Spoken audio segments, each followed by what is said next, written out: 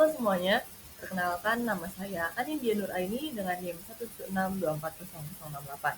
Pada kesempatan kali ini, saya akan menjelaskan sedikit mengenai endapan mineral dan asosiasi mineral yang berdasarkan endapan mineral porfiri.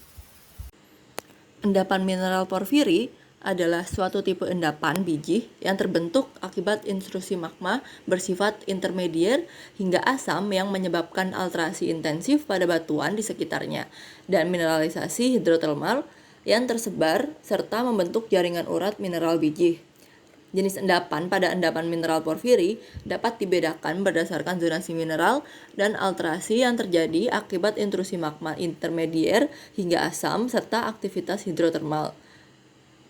Jenis-jenis endapan porfiri yang pertama ada zona potasik, yang kedua ada zona filik, lalu ada zona aglilik, dan zona propilitik.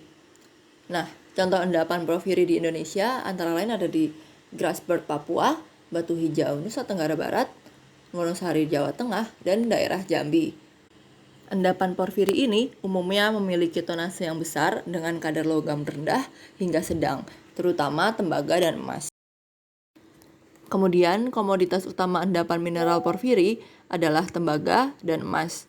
Endapan porfiri di Indonesia seperti Grasberg di Papua dan Batu Hijau di Nusa Tenggara Barat merupakan contoh endapan porfiri kelas dunia yang kaya akan kedua logam ini. Selanjutnya ada mineral biji utama. Yang pertama ada kalkopirit. Ini adalah mineral biji tembaga utama yang paling umum pada endapan porfiri. Biasanya hadir sebagai urat, stockwork, atau diseminasi. Yang kedua ada bornit. Ini juga sering ditemukan bersama kalkopirit, khususnya di zona bagian dalam endapan.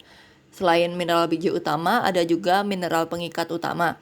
Yang pertama ada pirit, yang merupakan mineral pengganggu yang paling umum dan melimpah, terkadang membentuk zona tersendiri di sekitar zona biji utama.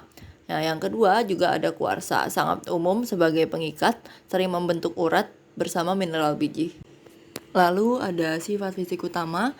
Yang pertama ada sifat fisik kalkopirit dengan densitas tinggi dan non-magnetik sehingga membutuhkan penggilingan halus untuk membebaskan mineral, dipisahkan dengan flotasi karena sifat permukaan sulfida. Yang kedua ada sifat mineral pirit yang paramagnetik dan memiliki densitas tinggi sehingga bisa dipisahkan dengan pemisahan magnetik untuk mengurangi gangguan pada flotasi dan peleburan. Yang ketiga ada sifat fisik dari kuarsa dengan densitasnya rendah dan non-magnetik sehingga mudah dipisahkan dari mineral biji dengan flotasi karena perbedaan permukaan dan densitas. Lalu ada sifat fisik dari klorit dengan densitas rendah dan non-magnetik sehingga berperan sebagai pengikat halus yang mempengaruhi penggilingan dan flotasi. Selanjutnya ada proses ekstraksi logam pada endapan mineral porfiri. Proses yang pertama ada penghancuran.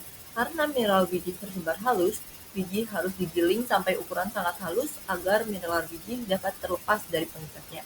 Proses yang kedua ada konsentrasi dengan flotasi. Flotasi adalah metode utama untuk memisahkan mineral sulfida dari pengikat non-sulfida. Flotasi efektif karena perbedaan sifat permukaan mineral. Yang ketiga ada pemrosesan konsentrat. Konsentrat tembaga hasil flotasi kemudian dilebur atau dismelting dan dimurnikan untuk menghasilkan logam tembaga murni. Emas biasanya dipisahkan melalui proses leaching atau pemisahan tergantung karakteristik biji. Sekian sedikit penjelasan dari saya mengenai endapan mineral porfiri. Kurang lebihnya mohon maaf. Terima kasih.